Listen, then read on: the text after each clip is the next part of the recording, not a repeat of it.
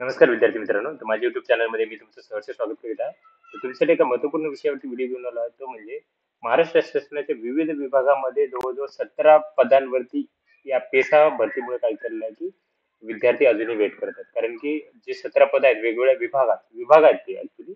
तर त्याच्यामध्ये काय केलं की पद काय केलं की थांबवण्यात आलेले आहेत पेसाच्या ह्याच्यामुळे, पेसाची केस असल्यामुळे. तर त्याची तुम्हाला माहिती देण्यासाठी हा व्हिडिओ घेऊन आलेला आहे. जर बघितलं तर आज जर पाहिलं तुम्ही तर सुप्रीम कोर्टाच्या याच्यात काय होतं की आज जी होती केस होती बघा तुम्ही दाखवू शकतो इथे तुम्हाला मी ऍक्च्युली 14 ते 24 तारखेचा 23 तारखेला आज सकाळीच मी तुम्हाला दाखवली होती की एक्झॅक्टली काय होतं ते. तर सकाळी लिस्ट होती, इथं वाटलं तर तुम्हाला मी दाखवेल लिस्टिंग डेट 23 तारखेला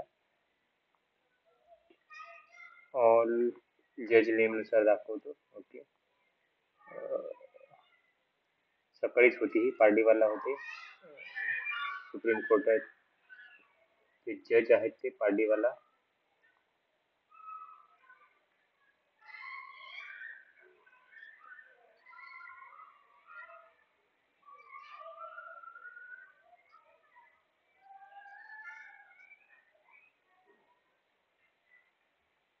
ओके, ही होती केस ती. याच्यामध्ये Samajik Vikas Prabodhini versus the state of Maharashtra आणि ऑर्डरसाठी ईशान जॉर्ज, आदित्य अनिरुद्ध पांडे हे कॅबिनेट आणि सचिन पाटील हे आहेत. तशी ही ऍक्च्युली जी होती आज होती केस. ओके, त्यांच्या समोर होती 10:30चा टाइम होता हा. ठीक आहे. आता याच्यानुसार जर पाहिलं आपण तर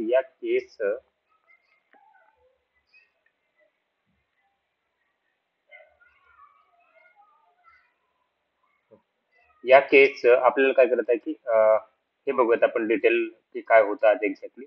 तर बघा 23/4/2024 रोजी होते.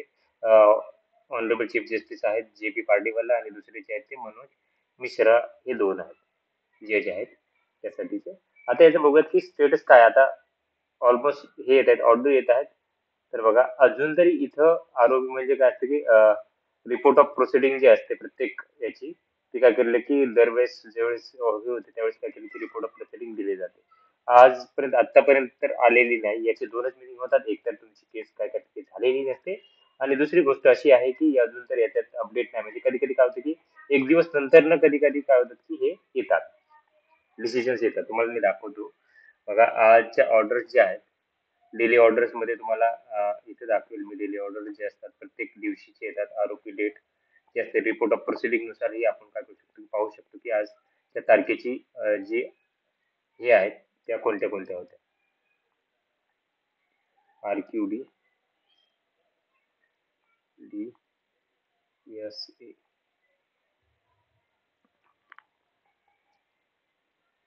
ओके, रिझल्ट दाखवत नाही, ठीक आहे. डेली ऑर्डर्स नुसार दाखवतो तुम्हाला. कधी कधी अपडेट होत नाहीत पण इथे तुम्हाला ज्या ऑर्डर्स असतात त्याच्यानुसार इथे दिसेल. आता ही 23 तारखेची बघा, 19/23 म्हणजे 7:30 वाजता ही ऑर्डर अपडेट केलेली आहे. त्याच्यानंतर ही बघा ही ऑर्डर आहे आपली जी आहे ती 22/190 ही आहे. मी तुम्हाला दाखवतो हे.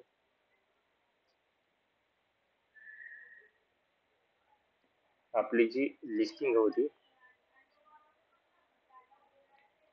ती 22 कॉल लिस्ट. ओके, 23 तारखेची आताच पाहिलं होतं आपण किती कोणती होती ती. ती परत एकदा बघूयात आपण.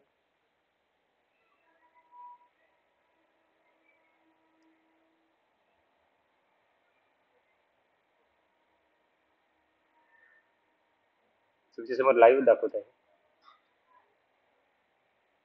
मेन कॉज लिस्ट मध्ये तुम्हाला दिसून जाईल की ही केस होती, त्या सगळे डिटेल येऊन जातील. ओके, पहिलीच होती सामाजिक विकास प्रबोधिनीची 22/109/2023. ही आहे स्पेशल लीव पिटिशन सिव्हिल.